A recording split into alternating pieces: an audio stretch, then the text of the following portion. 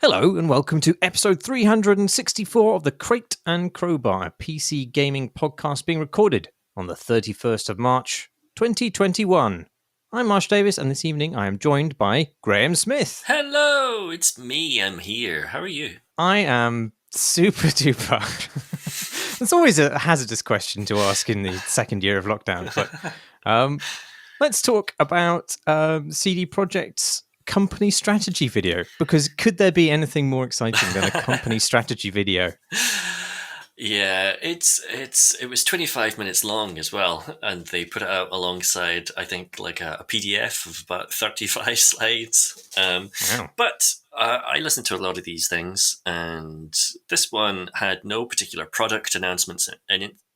They don't usually, but as far as strategy videos go or announcements or whatever, it was more interesting than most. It was a total response to Cyberpunk 2077's messy launch, basically, without ever really explicitly drawing the dots to it. You know, they never said, "Oh, Cyberpunk was a fucking mess, wasn't it? Let's try not to do that again, guys." But every point they went through basically was in some way responding to that. So, for example, they said that they're going to establish an independent engine development team and expand the responsibilities of their chief technical officer, which is presumably a response to the fact that Cyberpunk 2077 was really buggy. They said that they were going to refocus on creating a caring environment for their employees. They said they'd always cared about their employees, but now they were going to do so more so, which seemed like a response to the stories around mandatory crunch in the run-up to Cyberpunk's release. They the kind of biggest news, actually, before that, there was a change to marketing. They're going to stop talking about their games so long before launch, because obviously they announced a bunch of features for Cyberpunk 2077 that ended up then not actually being in the game, which is bad. And so, like the rest of the industry, they've learned that, hey, maybe we shouldn't do that. They say they might still tease projects, long before they actually launch, but actual detailed information will come much closer to launch. Which, all three of those things, really sensible decisions to make for a company of CD Projekt Red's size.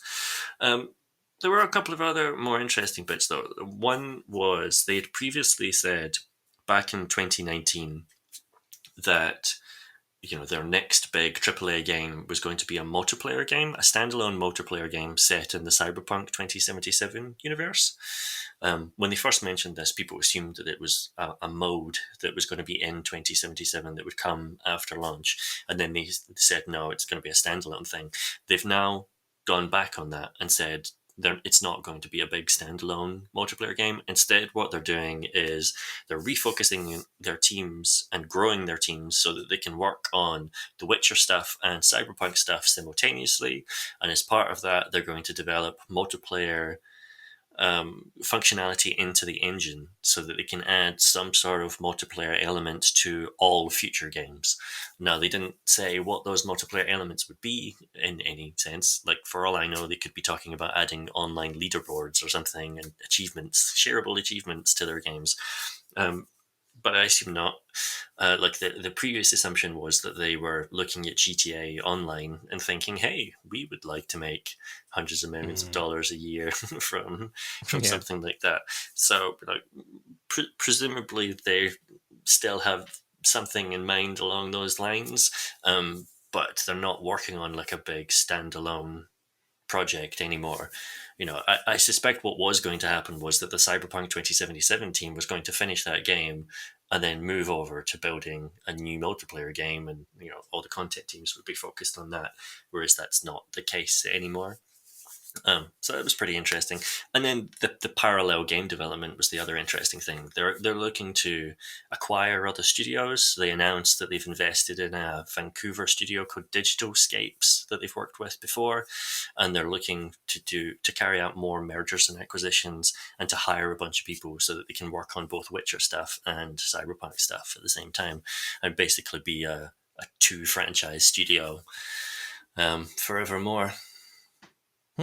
Does that mean? I mean, did you get the sense that they are intending to produce a lot more content for specifically Cyberpunk 2077, or does this mean new games under that banner? There was no mention of like, oh, we're going to make Cyberpunk 2078 and we're going to make The Witcher 4 or anything like that. What they laid out explicitly was the next year of updates, which was for The Witcher, they're doing an augmented reality mobile game called The Witcher Monster Slayer. And for Cyberpunk, they're doing free updates and patches, and they're doing DLC, a bunch of free DLC that'll come out across the course of the year. And then they talked a lot about, building out those franchises in a more general sense. And so they talked about, well, we've got a Witcher anime series, we've got a Cyberpunk anime series, we're going to do more merchandise. And there was, next to the word merchandise, there was a little picture of a Funko Pop. Oh God. And so like they're talking in more general terms. Like they're basically saying, hey, we are a company that makes The Witcher stuff and Cyberpunk stuff, and we're going to do a lot more of both of those things, in whatever form that takes. Like presumably at some point down the line, that's going to mean sequels or spin-offs for both those games. Do you relish that? Do you feel like that is a narrowing of their creative potential onto two franchises? I mean, by definition, it's an narrowing of their. Yes. I'm not a big fan of the Witcher games. Really, I feel like I might be murdered for saying that, actually. But I've just never clicked with them. And I know everyone loves The Witcher 3, but I played it for like 6 hours, and that was enough for me. I would like more Cyberpunk, though. For all its flaws, for all its bugs, I had a lot of fun with that game. I would gladly take a sequel to that. A lot of people I know who really are into the Witcher games are sort of nervous at the thought that they would make a Witcher 4 because they felt like Geralt's story was done, and CDPR have previously said they don't intend to make any more games with Geralt. But at the same time, those same people are kind of hoping that that means that they'll do something with Ciri or one of the other characters, or do something else within that world, because everyone seems to like the space. I mean, how about you? Do you hunger? Do you lust after scar tissue and long-haired men?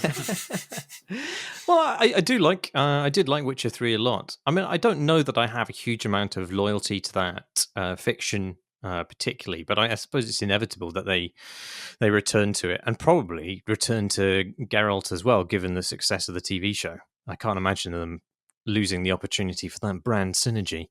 But yeah, I don't. Yeah, I don't know that just by virtue of those two fictions, I will be on board with whatever they do. I would be more interested in hearing about something completely new and different from them. It does seem like they're following a model that exists now. Like, obviously, Rockstar have Grand Theft Auto and they have Red Dead Redemption, and they used to do stuff like Bully and fucking Rockstar Table Tennis and L.A. Noire to some extent. But they seem to have boiled it down now to just, no, we just TikTok between these two games. And Bethesda, obviously, likewise, between Elder Scrolls and Fallout for the last 10, 15 years have just bounced back and forth between those two. Although I know they're now working on Starfield, the sci-fi one. And so I guess I'm not surprised that CDPR are kind of following in those footsteps and saying, hey, we're going to focus on these two things. But there was something really exciting about the fact that they were making Cyberpunk. Like, part of the reason why people got pumped by that was, hey, this is a big studio that have done exciting things with the Witcher series that is now trying their hand at a different genre. And so it's a shame that that's not coming down the pipeline again, because there are a lot of studios that want to establish new series or make games at that kind of scale, but most of them don't. Most of them fail. Most of them make something at a kind of mid-tier level, hoping that they can build towards that, and then close down 2 years later. So it's kind of a shame that if it was like CDPR in some senses, they're moving into middle age, and maybe that means a more mature company that will make fewer mistakes and treat their employees better, which is great. But there is something a little bit less exciting. Yeah. The other bit of news I wanted you to talk about actually, because I don't really understand what it is, was the news that Sub Rosa is Hmm. out in early access now, having already been out previously, but quietly. Yes. So I'm pretty sure I bought Sub Rosa direct from the developer. It's made by Cryptic Sea, which is just one person as far as I know, or it used to be just one person, Alex Austin. And I'm pretty sure I bought Sub Rosa from his website or something like 8 years ago, and played it in the PC Gamer office probably during a lunch break. And what it is, it's a really interesting idea for a game. It's set in an open world city. It's a multiplayer game where you form teams, and your team is given a mission to say go steal a disc from somewhere within the city. You break into an office or something like that and steal the disc with some information, and then you need to sell it to one of the other teams of players within the server.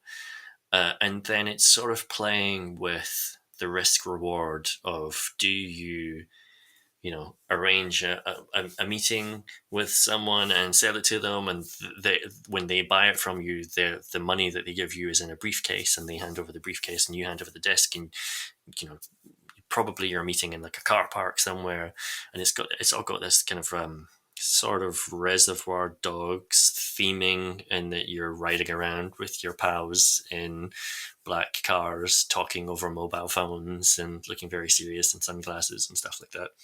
You're probably meeting in a car park, and do you make the trade and get back in your cars and drive away, and everyone's made a bit of money and everyone's got what they wanted and everyone's happy? Or do you try and pull a double cross? Do you set up an ambush down the road where the cars with the opponent team is going to be coming from, and try and have a shootout and steal the money and make away with both the disc and the money?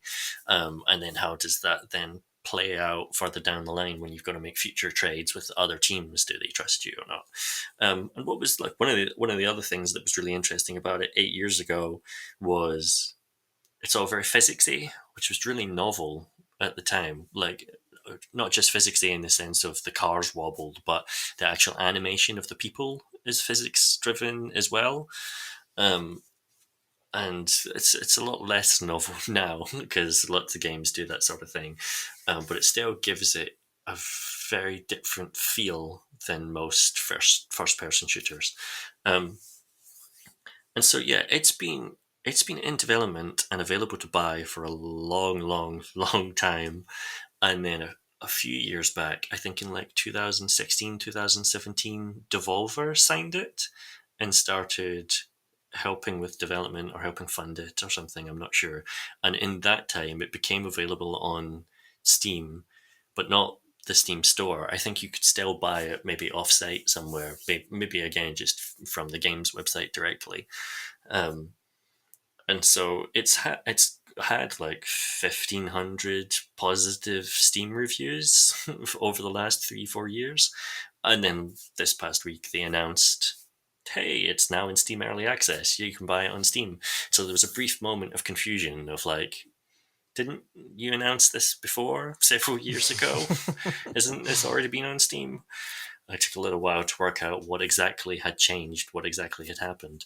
And certainly, like, the art style of the game has progressed a bunch since I last saw it. When I last saw it, it was, the characters in it were very Minecrafty, just straight up blocks, whereas they're still very polygonal now, but they look like Ken dolls or something like that, rather than cardboard boxes. But it's I never had a really successful game of it 8 years ago. Whenever I last played it, I assume it's come on leaps and bounds since then, so I can't really hold that against it. Um, but it was doing interesting things with social doubt in multiplayer games long before Daisy, for example, came along and kind of made that a much more common feature. That's weird. I mean, I kind of understood the pitch, but it sounded too grandiose to be plausible. That it's this free-form sort of Mexican standoff generator. I assumed that, but it does not explain itself particularly well in the video. But I assumed that those kind of Mexican standoffs were more kind of compartmentalized as matches, in an explicit way. But they aren't. It's just completely free roaming. The world is a big open world city with lots of buildings that you can go inside, although it's very bare bones in terms of the visual presentation, and there are NPC cars driving around the streets and a basic AI simulation of traffic and stuff like that. And so I think you are given missions, which will be go to this building and an object will have spawned in there that you need to go in and get. But then I'm pretty sure, and then you'll be told, hey, you can trade. Again, it's been a long time since I played it, but you'll be told something like, hey, trade this with this other team. But where in that world you set up that meeting is up to you as the players. And so I think there's some like back and forth communication between teams, and it's not just two teams within the world. As far as I remember, it's multiple teams, and Oh, wow. Okay. you're not lots, but I'm pretty sure there can be like 4 teams in a world, and so you can double cross one, but then not double cross off the next, or you can get a reputation within the server or whatever for doing a good deal with one people, but then double cross the next people and that sort of stuff. And as you're driving to and from missions or meetups, you will pass, other 4-door saloons with guys in zoot suits driving by on their way to their own drop somewhere. And they're always different from the NPCs, I take it. You could always spot another player. Yes, yeah. I don't know if the actual car models are different, but certainly in the way they drive, like Well, yes, yeah. the NPC cars will follow straight lines, and the players will be whipping about all over the place.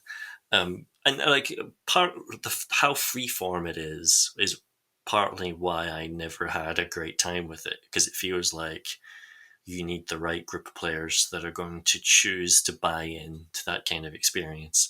And most of the time when I was playing it, it would be a mixture of, maybe some message board people from PC Gamer and maybe some random public people.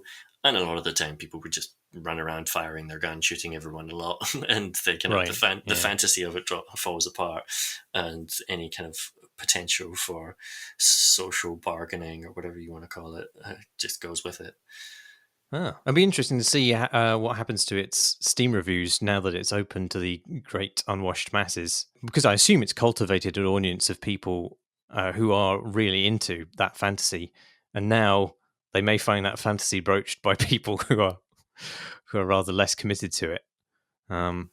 It needs streamers to adopt it, right? Yeah, because they tend to like. What was the Ghost game that's still popular now, but it got really big about 6 months ago? Phasmophobia. Yeah, Phasmophobia, I think, was a good example of this, where it's a game that's more fun if the players buy in to the kind of experience the game wants them to have. And a lot of the time, it's streamers. If you see a streamer that's taking it seriously and having a great time, they become the model for the behavior of the players. And Sub Rosa theoretically should be a really good game for that. Like if you've got a streamer who's got like a community or some friends that they stream with, it's a lot like Among Us. They could climb into that game and have fun, physicsy, backstabbing japes, basically. And so I feel like if it takes off there, then the audience will follow with it. The developer Alex Austin, he's made a bunch of like interesting things. Do you remember Golf ? Nope. Golf ? was or is a first-person golf game set in a kind of polygonal wireframe world. Really striking look, and first-person golf is pretty fun. And you've got a golf cart, and you kind of zip around tracks. I think courses rather. I think you could play it multiplayer when it finally came out. I think he did a similar first-person hockey game, multiplayer hockey game, where each person on the rink on the ice was actually controlled by an individual person. That was fun too. He's done lots of physicsy multiplayer stuff, basically. We should give this a go. We should, and I bet we could get a good game going with the Discord community. Intriguing. I've also been watching Shrek. Wow. Okay. I just think this is funny, but I was bored at the weekend, and so I downloaded Wallpaper Engine. Do you know what Wallpaper Engine is? I've seen other people who are Steam friends of mine playing this, but I had no idea what it was. No. It's a utility rather than a game, but it's got like 300,000 reviews on Steam. It costs like £3 or something, and it's a tool that you run on your computer 24/7, which is why it does very well on Steam charts and stuff like that, because it's got 13,000 concurrent users or whatever. But it lets you have animated or interactive desktop wallpapers, and then there's a Steam Workshop, and so people can take any MP4 and turn it into an animated desktop wallpaper, or create little scripted things that respond to your music or your mouse position or that sort of stuff. I don't really care about my desktop wallpaper. Most of the time I don't have a desktop wallpaper, but I was bored and I was poking around, and there's over a million things on the workshop for this game. It's incredibly popular. As far as I can tell, about 999,999 of them are just anime girls. But one of the first ones I found was Shrek, the movie Shrek. In a legal form? In illegal form. Right. A 92 megabyte download of the entire movie with the title The Entirety of Shrek, but for Wallpaper Engine. And it'd been up there since December. It had over 300 reviews, a 5-star rating. And yeah, it's just the entirety of Shrek. And I'm sorry, you're not joining the dots between seeing that and deciding to download it. How did that actual transition occur? I was just curious. I pressed the subscribe button, and so it's actually on my desktop now. So if I minimize all the windows on my computer, it will start playing Shrek from wherever I left off when I last was watching it. It's not a bad way to watch the film either. Like this, you can't rewind it or fast forward it. It's a desktop wallpaper, like I say, so there's no actual movie controls to it. But there's something quite pleasing about when you're doing tasks, just occasionally watching 45 seconds of a film that you forgot was playing in the background at all times, basically. It's been deleted from Steam now because I told the world about it. So it's been there for 4 months or whatever, and I've destroyed it. I've destroyed the thing I enjoy, which I knew was going to happen. And it's just that this should have happened. But it amused me that it was on there, and the fact that there's over 1 million things on the Steam Workshop and next to no moderation, seemingly. Oh God, I'm worried about what else is in the Steam Workshop when people are just uploading MP4 files, basically. Jesus Christ. Well, that sounds like a massive waste of time. But I'm glad you found recovered some joy from this. How does Shrek hold up as a film? I've only seen about 30 minutes of it on my desktop wallpaper so far. It's okay actually. Like, I haven't seen it since I was a teenager when it first came out. But yeah, I enjoyed that first 30 minutes. What are your memories of Shrek? To be honest, they've been completely co-opted by all the subsequent memes. Yeah, that's how I felt. I can barely remember it at all. I can remember incredibly poorly done machinima versions of Shrek, but that's that's about it. Yeah, that's all I remembered, and like 2 or 3 jokes from it or something that the internet has driven into the ground, and the fact that it's got that Smash Mouth song in it, and so that it was actually like those 30 minutes form a coherent narrative experience. I'm like, okay, that's quite good. What have you been playing though? I've been playing Dépanneur Nocturne. Actually, can I just say how fucking insane it is that Microsoft haven't adopted the hold key to bring up accented alternatives to letters, which is the functionality on macOS. You just hold down an E and it brings up all the different options. Just sliding in that complaint at the top of this. Just start with a sour note, I always say, because it will make what follows that much sweeter. Yum. I don't know. What is this game? Yeah, that's a good place to start.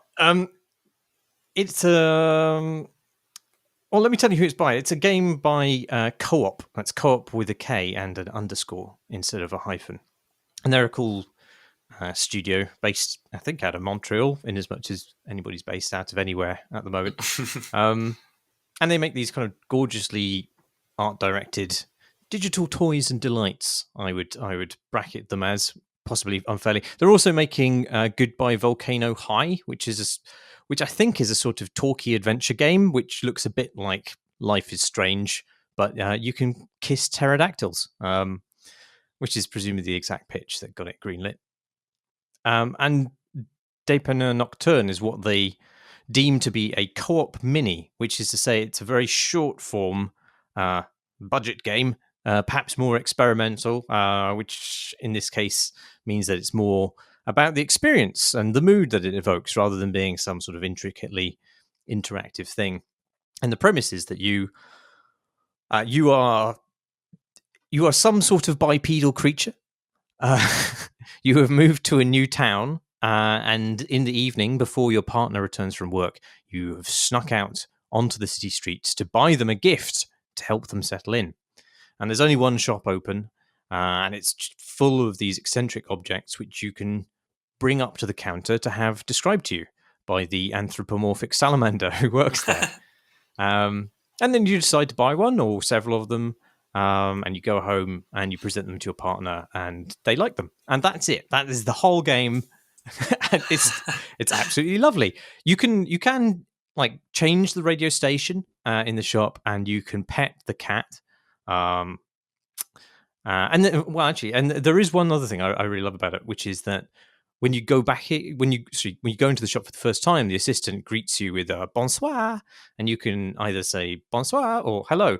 But if you pick the former, they will continue speaking to you in French. And I was momentarily panicked by this because I thought I'd like hard lock the game into French mode, which my GCSE probably couldn't quite cover. And so I immediately kind of looked in the menus to see if I could switch back.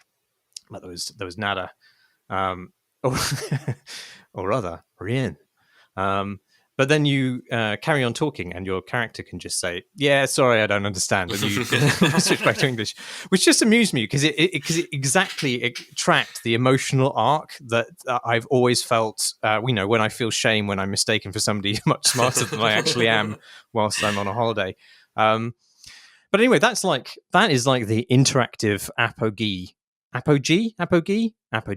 of the game, really. Like, it looks beautiful, like all their games, and the items are pleasingly odd, and it really captures that feeling of like finding a strip lit pocket of intimacy in a city at night when all the streets are empty and deserted. And I recommend it, like as a thing that costs the same as a pint and takes about as long to play as a leisurely pint might take to drink. But I wanted to mention it specifically because it sort of chimed with a tweet I saw the other day by the designer Teddy DF, who I think worked on Hyperlight Drifter.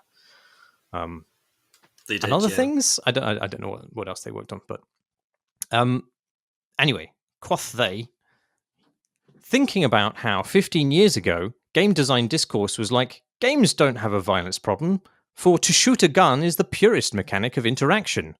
And now, every game is like, what's up, fuckers? You can fish and pet this goat, and that's the game, okay? And that's his tweet. And I think there's a sort of little bit of straw mannishness to that, because I don't know that it was the sort of mainstay analysis that the purity of shooting a gun mitigated games' violence problems so much as explained its prevalence. But I think if you sort of pick all the straw from that argument, then there is something fun to sort of think about there, which is that games have got so much more accepting of really low levels of interactivity. And like, I know that low key games have always existed, like Seaman or even like Tamagotchi or Clickers or whatever. But I think it is true that there has been this sort of move towards sort of artistically accepted, artistically resonant games, which are incredibly low on the interactive scale. And that sort of broadened the understanding of what games could be and so forth. But it was like a few years ago that Walking Simulator was an absolute derogatory term. And now it's just like a tag on a Steam store that you know, plenty popular. And I don't know, I just sort of wanted to know what you thought about this, because I obviously there's one thing that's changed, which is that there are just more low interactivity games pitching their tent now, because the tools sort of preference that as the barrier to entry overall gets lower. And presumably those games sort of need to make a case for their existence by going beyond the allure of the interactive complexity that they don't actually have. But do you feel like there has been a sea change in this regard? And did you know when it happened? And is it because of demographics, or is it because of the tools, or is it just I don't know, better writing? All of the above, probably. Like, there's definitely been a change in this. I feel like there's different. I mean, there's different trends. When I got into games journalism, for example, back in 2005, a lot of the conversations in PC gaming around that time were about concerns of consolification of video games, that our beloved PC games were being dumbed down in the effort to make them more accessible. And one of the main examples of this was Gears of War, for example, how successful that had been on Xbox.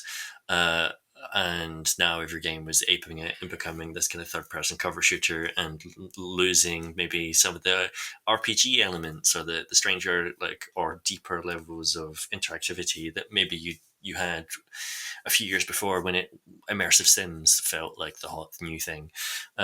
There was lots of conversations around that time about the value of QuickTime events, which developers were putting in their games to make them more accessible to people, to convey exciting moments by having you hammer the X button when a zombie was trying to bite your neck or whatever, which, in some respects, is an interesting interactive way of representing that experience of trying to push something off, but people really hated QTEs a lot of the time and felt that they were reducing games down to simple button presses. But it felt to me like that period there was a lot of insecurity about what games were and where their value lied, and this fight between cinema and interactivity, and whether games needed to be super interactive in order to be justifiable as video games, as opposed to just being movies you watched with some QTEs spread across them. But it feels like that period was angling towards more accessible and richer forms of expression through games. And I feels now like the fact that we have these games, which are, obviously they get rid of the combat almost entirely for most of these kinds of games that I think we're talking about here. But the fact that they're just comfortable to have the interactive element be something expressive, like petting the dog or taking a photo, it feels like it's a continuation of that trend towards QTEs back then, but a much more confident form of it. Am I making sense in drawing a connection? Yeah, I think so. Yeah. Just to read you, Teddy DF's follow-up tweet. It's in inverted commas: press X to smile at dog. 2010 games pundits : this is shallow, and where is the player agency and juice? And 2020 : standing ovation. Which I think is kind of true. Yeah, I feel like PC Gamer was definitely guilty of this. We were snobs. I think we were snobs about a lot of this stuff back in 2005 through 2008, 9, maybe something like that. Those few years where there was a real resistance to what felt like shallower interactions, and then I think it took the expanse of indie games essentially to show that actually these ways of interacting with the game can be used for better purposes than maybe some of the earlier games were using them for. I remember I wrote an article about this, about Receiver, the original Receiver. Yeah.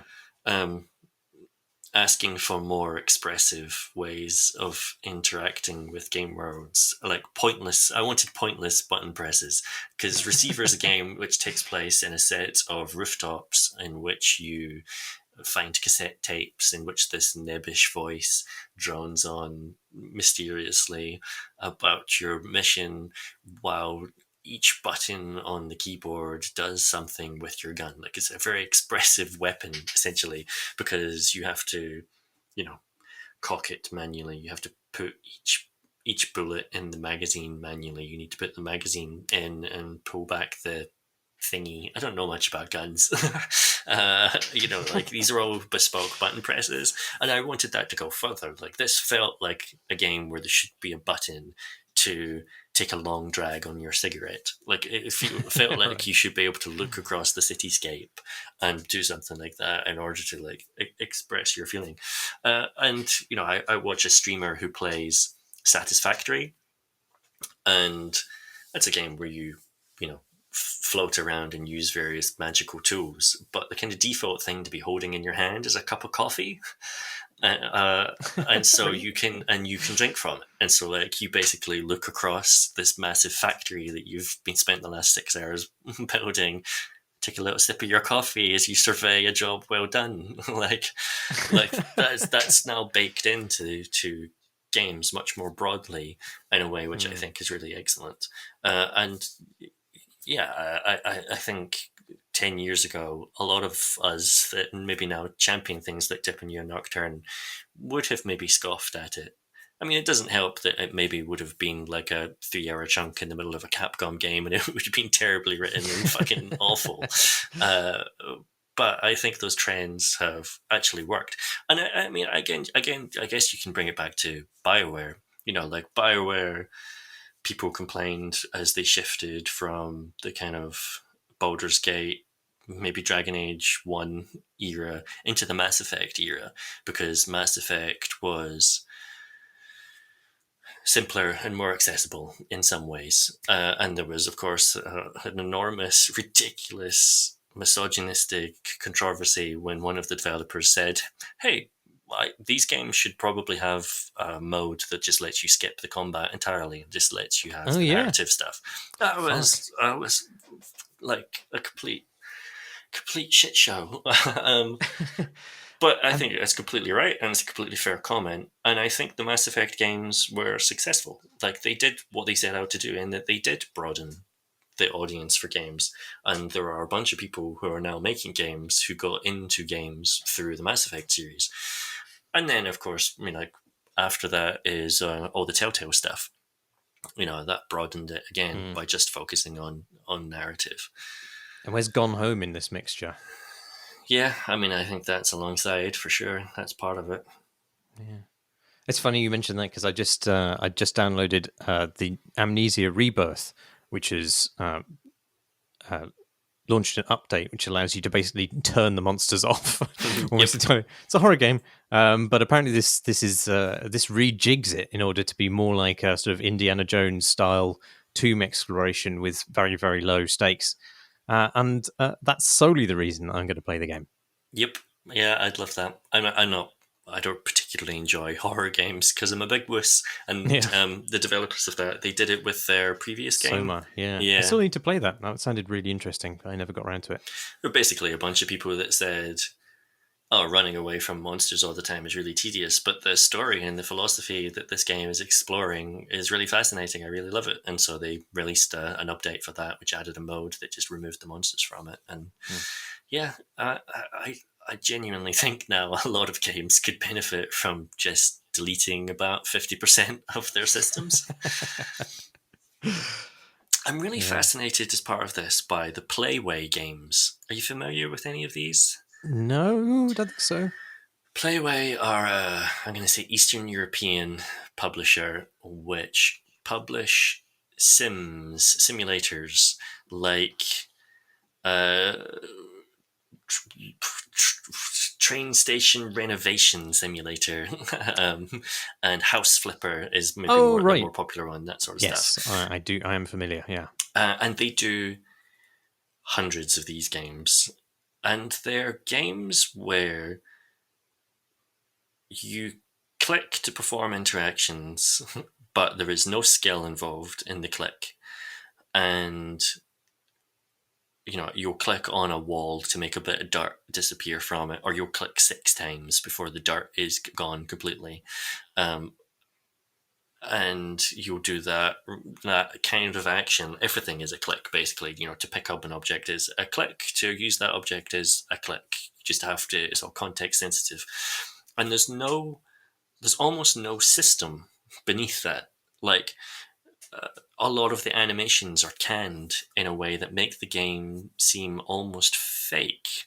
Because if you're picking up a plank of wood in most games, that's a system that says, oh, if there's a plank object anywhere in the world and you're standing within a certain proximity of it, you can pick it up, and it will maybe shoot towards into your hands based on wherever you're standing. Whereas in these games, no, there is just one plank spot and it's a pile of infinite planks, and that's the only place you're going to pick up planks. And so we're not going to bother writing code that allows you to pick up planks from all different areas or anything like that. It's like, no, you can only stand in this one spot and click, and a plank appears in your hand, and the animation's completely pre-canned. And then beyond that, there's almost no consequences to your actions. They're not games in which you can fail most of the time. Some of them have some sort of very basic economic simulation. So, for example, Mech Mechanic Simulator was a game that came out, which was published by Playway just this past week, in which you're clicking on a bunch of screws and bolts on a robot leg in order to dismantle it until you find the glowing red bit inside it, which is broken, which there's a little mini game where you fix it, and then you click to put all the parts back together again. And outside of that, you can then, sell that robot leg as a refurbished thing to get money, which you can then use to buy new parts to fix future robot legs. So there's a kind of very basic economic simulation around it, but there's no real bankruptcy or anything like that. It's just a little tiny drip of progress. And I play some of these games, and I watch trailers for these games, and they remind me of two things. One is like the kind of fake video game that would get made for an episode of CSI, where it's like obviously not a video game. It's obviously just an animation studio who's had to knock something together that looks vaguely video gamey over the course of about 3-day deadline. The other thing is those browser games you get for kids where it's like Elsa from Frozen has fallen down some stairs into a rose bush. Now you've got to click to remove the thorns from her hand, and click to apply the ointment, and click to apply the bandages, and now Elsa's happy again. Well done. That's what House Flipper is. That's what Mech Mechanic Simulator is. That's what all of these games are. It's just that, but for dads, essentially. And they're just an incredibly thin level of interaction to these games, but there's hundreds of them. They all review really well, like Steam user reviews. They're obviously selling a lot of copies for them, and that's enough. I think that's fine. I don't necessarily want to play a lot of these games, or maybe any of these games myself, but I feel like I would have been really snobby about them and about their existence 10, 15 years ago in a way now where I sort of appreciate what they're doing and think they're successful at it. Mech Mechanic Simulator is also almost a game I actually want to play. It's the thing. It's too basic for me, basically. But like in terms of theming, I completely get it. They've got one which is like airplane disaster simulator or something like that, where it's like shows you a cut through of a 747 jet, and then something will happen, like the cabin will catch fire, and then you've got to click to make decisions about what should happen, and either the plane will blow up, and because you've made the wrong choice, in which case it instantly reloads, or you'll save the day and everyone on the plane claps. I did see one of these, which was a traffic stop simulator. I think it was you played Russian cops, but yeah, I was quite intrigued by it. I haven't downloaded it yet, but maybe I should. These turn out to be the hugely popular fantasies. It's not. People don't want to be the action hero where they fight zombies. It turns out mostly people still want to be policeman, fireman, pirate. Mech repairer, right? Yeah. Well, you see now, now we've gone down this route. I'm less inclined to say that this is a good change. If I convince you of the opposite. Yeah. What have you been playing, Graham? I've been playing Puyo Puyo Tetris 2. It's very funny to me that I'm playing this game. It's the most arcadey thing, the most video game imaginable, really. Puyo Puyo Tetris is a mashup of the two puzzle games in its name, Tetris and Puyo Puyo. They're both games in which you rotate shapes in order to make matches, and Puyo Puyo Tetris hangs them in a narrative framework via its story mode, but is primarily about head-to-head battles. And it sort of fixes some of my problems with Tetris. Yeah. Some of the reasons why I've never got into Tetris properly before. Have you got into Puyo Puyo before? I've played Puyo Puyo before, but I don't remember why or when. I feel like I must have played it on Mega Drive or something like that 20-something years ago. I don't think I have. Is it a match 3? Is that what it is? Or is it specifically about shapes? I don't know, because the things you're dropping into the grid aren't shaped bricks, are they? They're little blobs with faces. Little coloured blobs with faces, yeah, that fall 2 at a time. So there could be a green blob and a red blob connected to each other, dropping down, and it's match 4. So the shape of them doesn't matter, but they've got to be at least 4 of the same colour, connected to one another when they drop down. And I can't speak, because it's been so long since I've played Puyo Puyo, I can't speak to how this iteration of Puyo Puyo compares to the kind of classic iteration of it. But Tetris, to me, I've played probably dozens or hundreds of hours of Tetris over the last 3.5 decades of my life. Like, I played it originally on the original Game Boy. I played it on later Game Boys. I've played it a bunch on mobile phones. I'm not sure I've ever really loved Tetris. It's usually just been a thing to do in lieu of anything else. And I've never been good at it. Like, I don't know if all Tetris games do this, but what I remember of Tetris is you play it, you make some lanes, they disappear, and then eventually it gets too fast and I die. And like, is that your experience of Tetris? Are there lots of other Tetris games where it doesn't just get faster and faster and faster? Is that just a mode I was playing?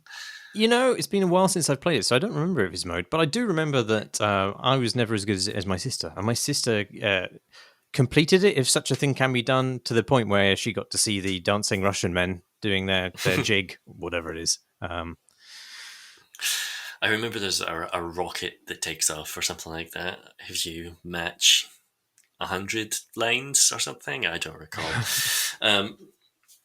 But yeah, I was never very good at it either. I've never been good at Tetris. And I always felt like, well, I died because it got too fast. So I guess what I need to do is I need to learn to make faster decisions. Like that's I guess where the skill of this game is. It's not just being able to make matches, it's being able to make matches at speed under pressure. And I would just not be able to do that. I would just die when it got too fast, basically. Whereas Puyo Puyo Tetris, the Tetris that's in that, doesn't speed up because it's all about these head-to-head battles instead. So you will have you can mix and match, basically. You can play Puyo Puyo versus Puyo Puyo, or Tetris versus Tetris, or Puyo Puyo versus Tetris. And you've basically got two boards side by side on the screen. You're playing one of them, your opponent is playing the other. You can play it in multiplayer, you can play these different characters that exist in the narrative mode, which I'll come back to, or you can play those same characters in just like head-to-head duels that exist outside of the narrative. And as you make, say if you're playing Tetris, as you match 4 lines, that will cause blocks to appear at the bottom of your opponent's board, so that they basically now have a bunch of jumbled up blocks that move them further towards the ceiling, that if they hit, it'll be game over for them. So it's a competitive thing. You're basically making matches in order to fuck with your opponent's board in order to cause them to lose. And therefore, it doesn't have to speed up. The equivalent for the Puyo Puyo game is that blocks drop down from the top. So you will, in order to fuck with your opponent's board, if you're playing Puyo Puyo, you have to chained matches, which is where you make a match happen, the Puyo Puyos drop down into a position which causes another match to happen, which causes more Puyo Puyos to drop down into a position which causes another match to happen. And if you can chain 3 together like that, it will cause, on a Puyo Puyo board, blocks to drop down from above. And so if you're playing Puyo Puyo and you're trying to make a chain and suddenly blocks fall down from above and cover up what you were planning, you're fucked. You've got to completely adapt. And to make those blocks disappear, you need to make matches in the spaces adjacent to them. So you need to very quickly change your strategy in order to clear the board of these obstacles, and then see if you're in a position to be able to kind of course correct and get back to the point where you can make a chain so that you can mess with your opponent again. And that kind of like back and forth means that there is a kind of still like pressure, but it's a much nicer pace. I enjoy that more of like, oh no, this stuff is happening on my board. I wasn't expecting it. I now need to correct for it. But everything is still going at the same speed. It's not just like an endless escalation towards death. And it's allowed me basically to work out things about Tetris strategy and like where you should put blocks in order to leave options open to yourself that I've never been able to do before in any other Tetris game. And so that's been like fun. I've played this for like 2.5 hours so far. And the other thing that it has is this game has like 15 modes and an enormous complexity, and I have just described like 5% of the game. So let's go deeper. One of the things you can do in it is you can also play a mashup of Puyo Puyo and Tetris, where the rules of both games are present on the board simultaneously, and sometimes it will drop a Tetris block and sometimes it will drop Puyo Puyo blobs on the same board. That's just a fucking nightmare. I don't understand. And I haven't got anywhere with that. I haven't got anywhere with most of the stuff I'm now going to describe. Then there's the narrative mode, which is insufferable. It's all these kinds of anime characters. It's a Sega game.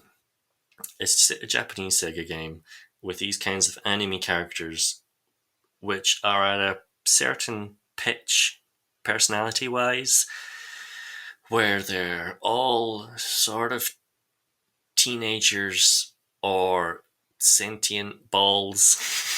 Really?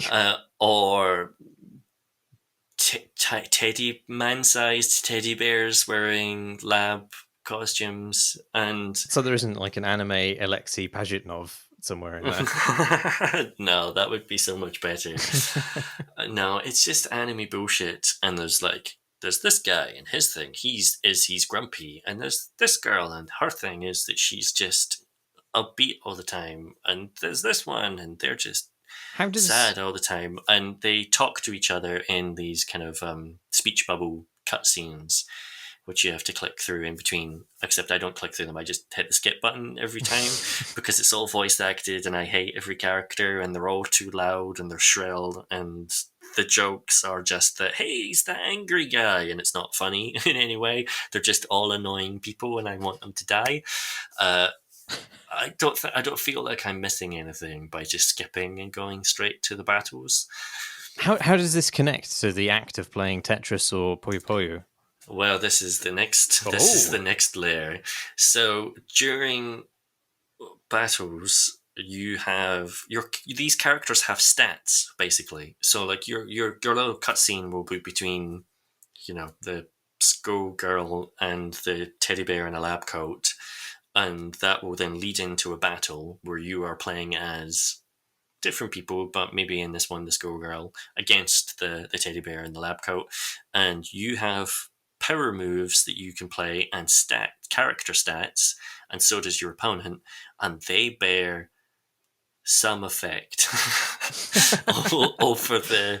over the things that you can do in the game. And I don't understand what those things are, because although there is a lot of dialogue and a lot of narrative, no part of it that I've ever read has introduced the concepts of how to play any of the games. Like, not Puyo Puyo, not Tetris, not this version that combines them, not the RPG stat stuff and special abilities that sit around it. Instead, there's a separate mode called Lessons, which I guess is like a tutorial, but there's 160 lessons or something like that. And I confess, it's my fault, I haven't played those. So if I'm going to commit to having a learning session of 160 lessons, it's going to be something of more consequence than Puyo Puyo versus Tetris. I guess they're probably just head-to-head matches that are framed in some way that describes what the heck is going on, which is really what I'd hoped for from the single-player story experience when I selected that as the mode I would go for. But yeah, that means that there's also all this kind of character RPG stuff going on around it that it's unfathomable to me at this stage, despite the fact that I've played 2.5 hours of it. Don't know what the abilities are. I know I can press right trigger in order to make an ability happen, but I don't even understand what happens when I press it. Like, there's an effect on screen and a character dialogue line, but I can't find any consistency between the actions I'm doing and what then happens. But this is not dulling my enjoyment of the game too much. How? Because Tetris and Puyo Puyo are both pretty good games, and I like the head-to-head version of it. Like, I would quite happily strip away the other stuff. And in the shallow end of the game that I'm playing in at the moment, my opponents don't seem to use special abilities that often. So I don't feel like I'm missing anything too much by the fact that I'm not using them either. Like, I feel like I'm just playing a kind of competitive puzzle game, and I quite like the puzzle game, and I like that it's competitive rather than some of the systems that these games would normally use in order to escalate the stress of that experience. And so that's been pretty nice. I don't know if I'll keep playing it, mind you, but it's been a pleasant 2.5 hours, more or less. They should have kept that entire irritating cast of characters, but made the narrative motivation that when you play against them, you're piling bricks onto them until you slowly crush them and pop them like that girl in Akira.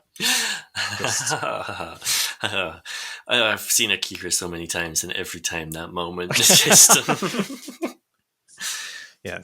Well, like, Sonic is... I don't know if he's in a DLC or if he just turns up later in the game, but because it's a Sega game, Sonic is in it, and I hate Sonic, so I would be well up for... I'd pay 50 quid to crush Sonic with bricks. Yeah, or just, he can survive. I'm just bricking him up behind my living room wall. Yeah. I do hate Sonic. I shouldn't hate Sonic as much as I do. But no, I think that's healthy. Leave him behind the chimney breast for Wallander to discover in 20 years' time or something. I've got two tabs open in my browser that I've had open for now for about 4 months, and I can't bring myself to close them. And one of them is a Shadow the Hedgehog burger, where the bun is black, and there's a JPEG of Shadow the Hedgehog printed on a slice of cheese.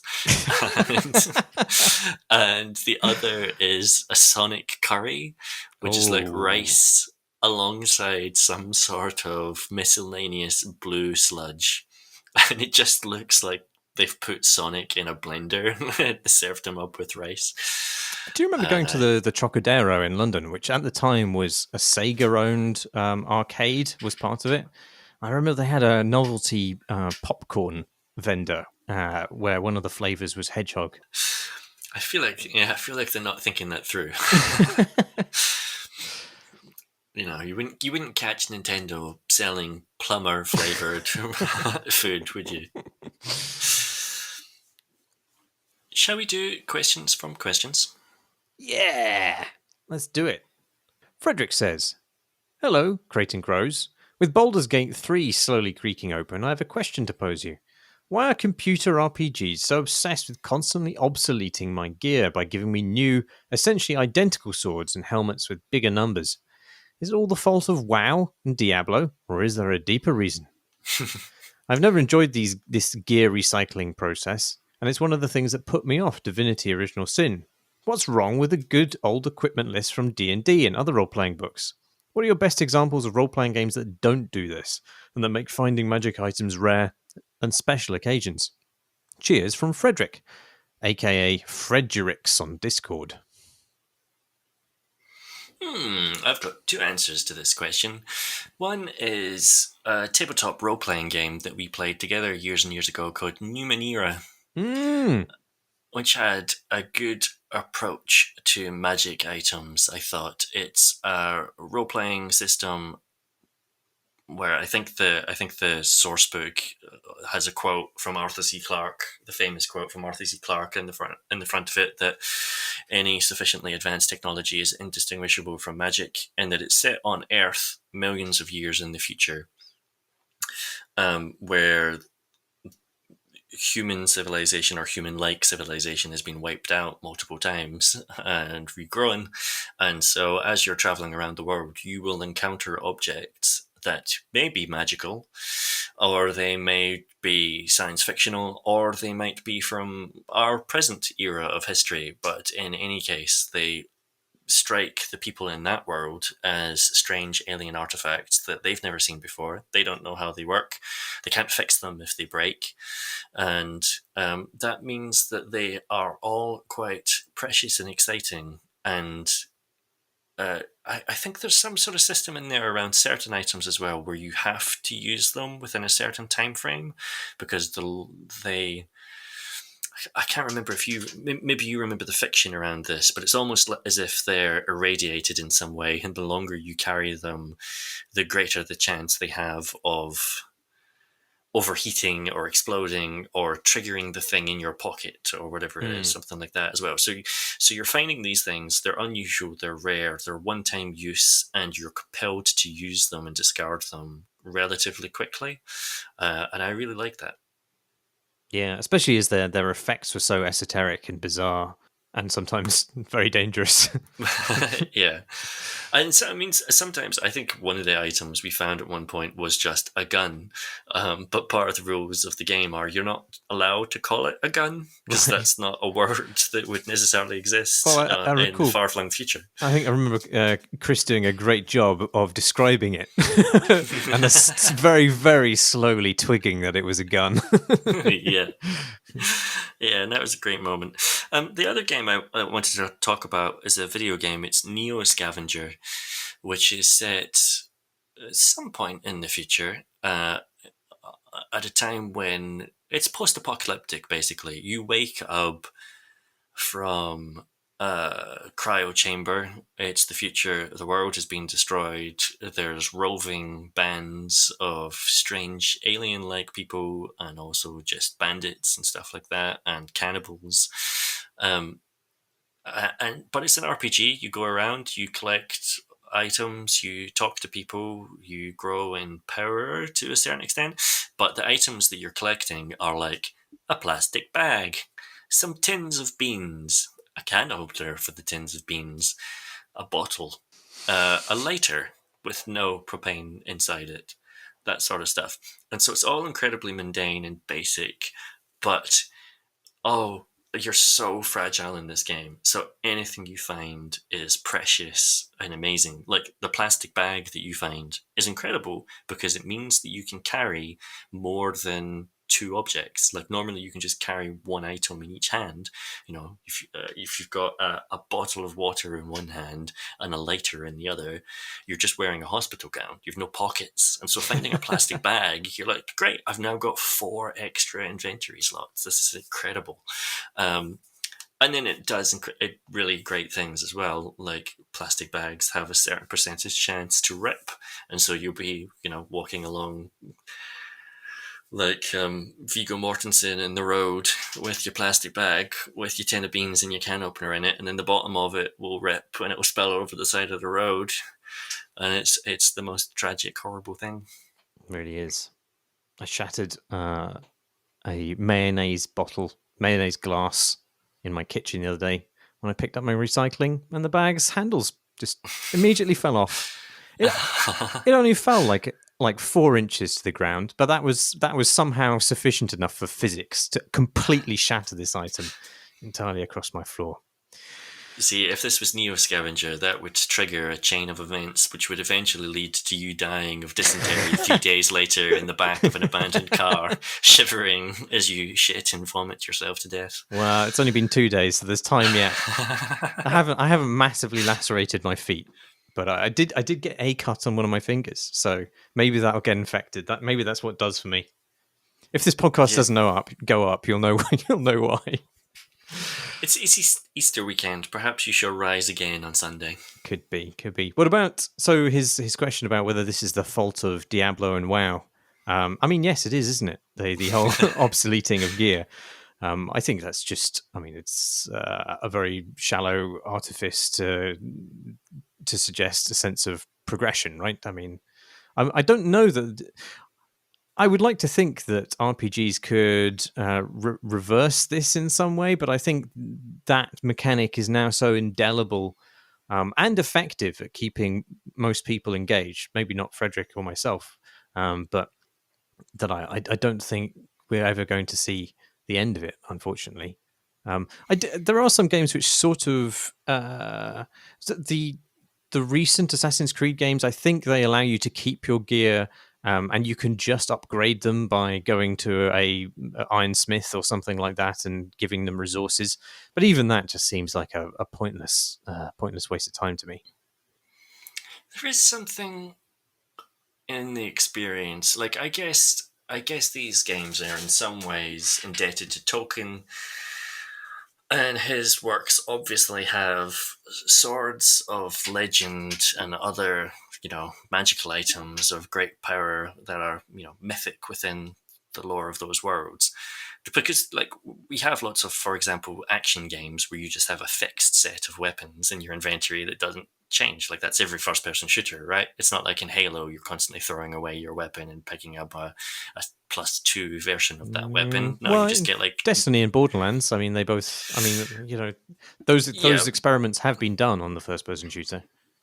Yeah, definitely. But I'm saying, this guy is saying, why can't I have games in which that doesn't happen? And there are lots of first-person shooters like Half-Life or whatever where, that doesn't happen. And lots of other games like Metroidvanias or whatever, where you just get one sword and then that's just your sword for the game and you don't think anything of it. What these RPGs are trying to capture is some sense of... I think what the reason that these systems work is that they create a kind of... a sword soup, from which you can then elevate sword croutons that feel special in some way because they exist within a soupy morass of similar swords, basically. Which you don't get that in a game which just has 8 weapons, and those are your 8 weapons for the entire experience. And so there is something that these games are angling towards, other than just straight progression over the course of your 300 hours playing it, as in the case of Diablo or WoW. I feel like there is something there that maybe you would lose about the fantasy role-playing experience if you did abandon that sort of system entirely. Well, I don't think. Or I am I don't full think of shit? his. Well, I'm not sure that his objection with it is that you get new, better items. It's specifically that there is an almost constant treadmill of making previous gear completely obsolete, whilst the new items are not in any way tangibly different, but are represented differently only by their stats. And I do think that is just not trying hard enough Yeah. to represent the exact fantasy that you're talking about, which is alluring, I think. Yeah, that's fair. Fuck these games, eh? You should still play Divinity Original Sin, though. It is really good. Although the loot handling stuff is an absolute pain in the balls, but the game is great. Stephen writes, Dear Cats, Cradles and Silver Spoons. First of all, thanks for the pod. I rediscovered PC gaming during the last 12 months, and your podcast has been an entertaining and informative conduit back into the world of PC games, and has helped while away many otherwise dull lockdown hours. As for my question, being professional games people, do you find it hard to separate your personal enjoyment of a game from your role discussing, critiquing, or otherwise analysing it publicly? Are there games you have a personal fondness for, even though you know they don't meet your own critical standards? I'm not in the industry myself, but I know I couldn't have reviewed Mass Effect Andromeda fairly because despite its flaws, and there are many, I have a love for the series that I couldn't have objectively ignored. Are there games you actively avoid discussing because you would spoil their personal appeal to you by exposing their issues or failings in a public forum? Cheers, Stephen. I think for me, my personal enjoyment of video games is inseparable from nitpicking them to death. Right, yeah. That is part of that's part of why I play games is in order to have those kinds of critical thoughts about them and critical discussions about them. So even if I didn't do this as my job, I would still be thinking about and approaching these games these way. And in fact, the reason I do this as my job is that I couldn't help myself. Couldn't help myself from doing this as a teenager when I was just playing games anyway. Really, honestly, if I could do anything else, I probably would. But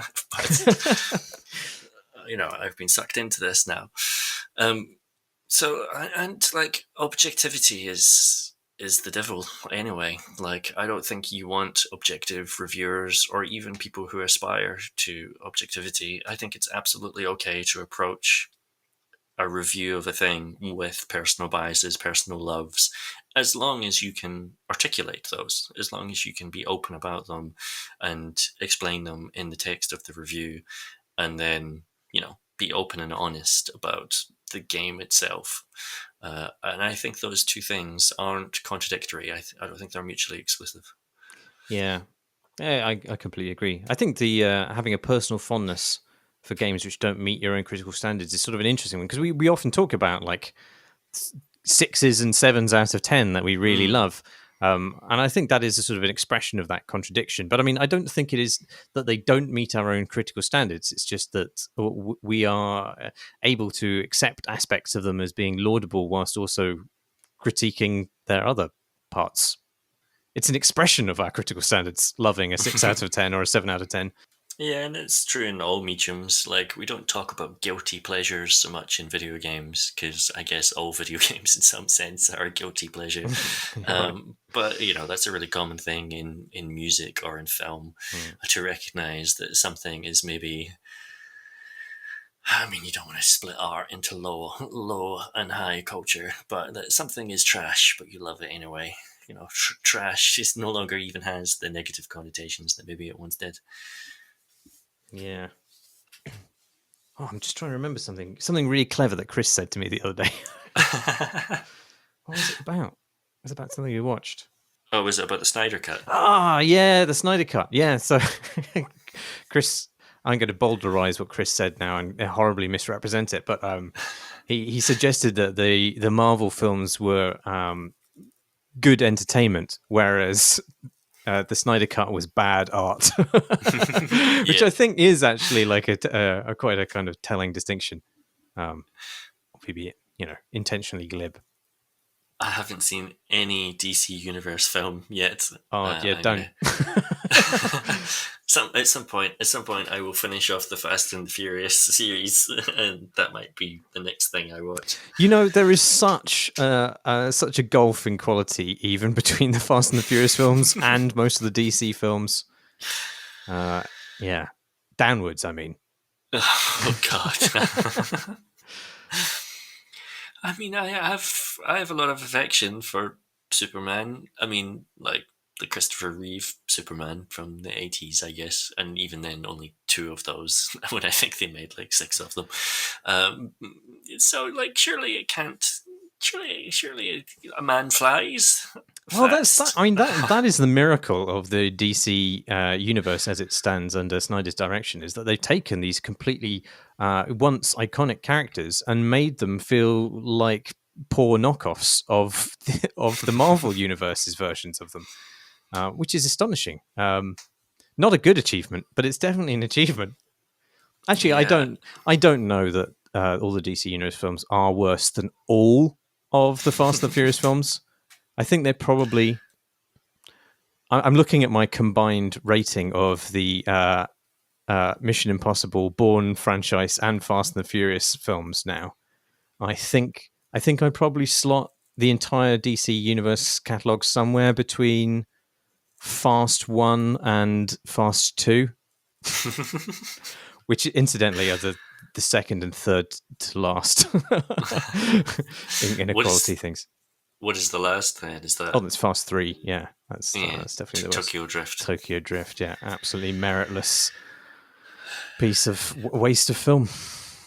Yeah, it's not even just a waste or meritless, because that just makes it sound benign in some way, like it's a 0. But I actually think it's a minus. I think it is a distractor from the world. But yeah. Did we answer the question? Maybe. Amy writes, "Dear Shipping Crate and Crowbar." Ooh, topical.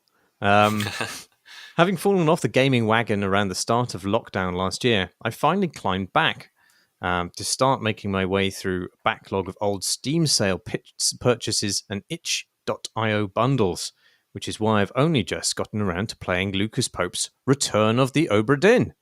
Not that my opinion of a several years old game everyone already enjoyed is needed, but I found it very good. Anyway, just after I completed the game, the BBC started screening the adaptation of Dan Simmons' The Terror, itself also a few years old now, and whilst it was in no way planned, the two have made a perfect double bill, sharing themes of colonial hubris, death, and boats, among other similarities. I'm sure I would have enjoyed the series regardless, but coming just after I finished my playthrough of Obra Dinn, when I'm still so familiar with the ship's layout and the different roles of the crew, I think has made a big difference in how I've enjoyed it. The inside of a ship of that era doesn't feel so alien to me, and I understand it better as a place where people lived, worked, and died than I would have before. And nothing makes horror hit harder than empathy and comfort. So my question, what multimedia double bills have you come across? In whichever order, a book that feels different after a particular game, a game that partners perfectly with a film, a play, a documentary, or anything else. Enjoying the pod as ever, Amy. So I've played lots of Minecraft, but the Minecraft that I enjoy is the base game. And I feel like if you say Minecraft to people now, maybe they think of something different. Maybe they think of online servers and mini games and all these sorts of things that kind of built around the culture of Minecraft. But what I like is the wilderness. It's the trees, it's the rain, it's the plinky plonky piano music and digging around in a big tunnel and making myself a little home. And the last time I got really properly into it, I was at the same time reading a book by a Scottish author called Nan Shepherd called The Living Mountain, which is about 230 pages or so about the Cairngorms mountain range in Scotland. And she writes with really direct and austere prose and wonderful precision about the mountains and the natural land. Like if you might better know Robert McFarlane's work, who's a modern author who writes a lot about the natural world and the countryside and rural environments and language and that sort of stuff. And he has been influenced by and is a huge fan of Nan Shepherd. She wrote The Living Mountain in the 70s, and it's a really wonderful book, and it will give you a new appreciation of hills, and it gave me a new appreciation of Minecraft. It was a really wonderful pairing, basically, to read that book alongside. This, like, Minecraft does this really well. It generates these hillside plains, these forests, natural cave formations, lakes and rivers, and it's very simple, obviously, in lots of ways. But there's real beauty to it, I think, and I really appreciate those two things combined. Nan Shepherd, The Living Mountain, do you say? Yes. All right, I've noted that down. I will make a Kindle purchase later this evening. Yeah, you won't regret it. I think I already recommended this several times on the podcast, but I recently paired Manifold Garden with Piranesi, and I think that was a very enlightening combination in both directions, actually. But if you're into aquatic murder mysteries, then The Devil in the Dark Water is a fun book by I can't remember his name, Stuart something. But yes, that will also give you strong Obra Dinn vibes, I imagine. And if you're not sick of naval action by then I can heartily recommend the entirety of the Patrick O'Brien authored series about Jack Aubrey and Stephen Maturin, who made their film adaptation as the Master and Commander series. But those are fantastic books, just amazing, just spanning so many years of a really interesting time in world politics, but also just with the richest characters really to have existed in fiction. Christ, that's a claim. Well, I think that kind of holds up. Like, I mean, among the richest characters, I should say. But I mean, like, there's very, very many books, and you see these people develop across the courses of their lives, and they are, scholarly and worthy novels in their own right, rather than being just like a trashy serial. Oh, I should read these. I saw the film. Yeah, the film's good, actually. I really like the film, but the books are great.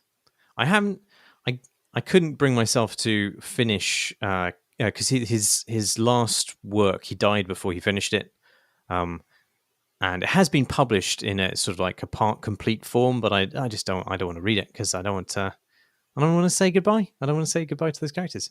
There are fucking loads of books, though, so this will cost you a lot of money and time. But they are worthwhile.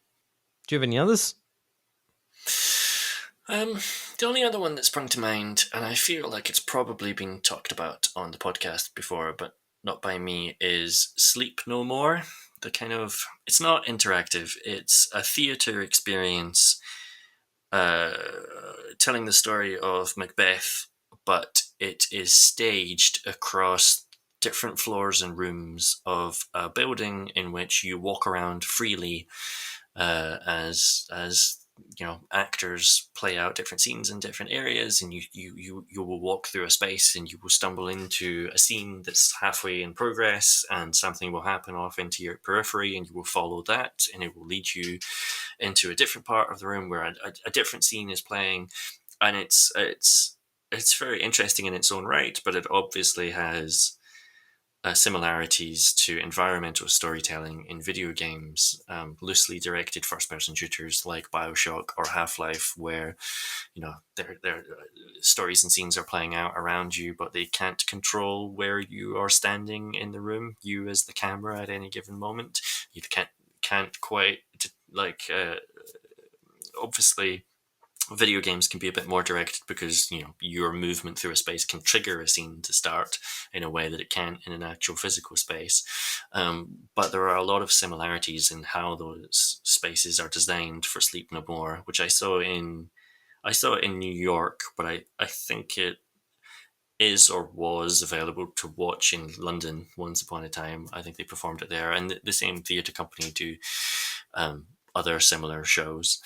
But yeah, obviously, I couldn't walk around that space experiencing that without just thinking about level design, essentially.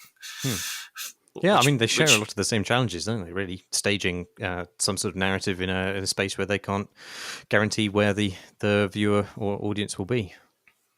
Yeah, and what parts of the story you'll see and what order you'll see it in. So it starts to become more like vignettes that you can construct in your own mind as you walk around and view it, rather than a traditional linear narrative. Is that a play that one can still experience? Is it running anywhere, or was it just a one-off? It's run for years and years. So if it went for COVID, I suspect it would still be going somewhere in the world. I think it was still going in New York for a long time. But yeah, with COVID, I suspect that it's not currently available. Maybe when this crisis has abated. Yes. I'm looking it up online right now. Yes, it is. It is available to book at the moment. Oh wow! Okay. Sleep No More. It's not playing at the moment, but you can book for future dates when they hope to reopen. And they do a bunch of other shows as well, which have a kind of similar structure, but obviously not all Shakespearean. Well, those are all the questions that we have time for this evening. You can send us a question at questions@crateandcrowbar.com. You can tweet us at crateandcrowbar. You can check out these recordings, which are uploaded as videos on YouTube if you wish, and you can find other Nonsense Bias there. The address for that is youtube.com/crateandcrowbar. Thanks, as always, to our Patreon backers. You can back us as well, if you wish, at patreon.com/crateandcrowbar, or you can simply join our lovely Discord community. They are wonderful people, the link for which is on our website, crateandcrowbar.com.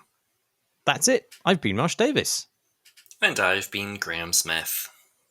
Fine, Thanks for listening, everybody.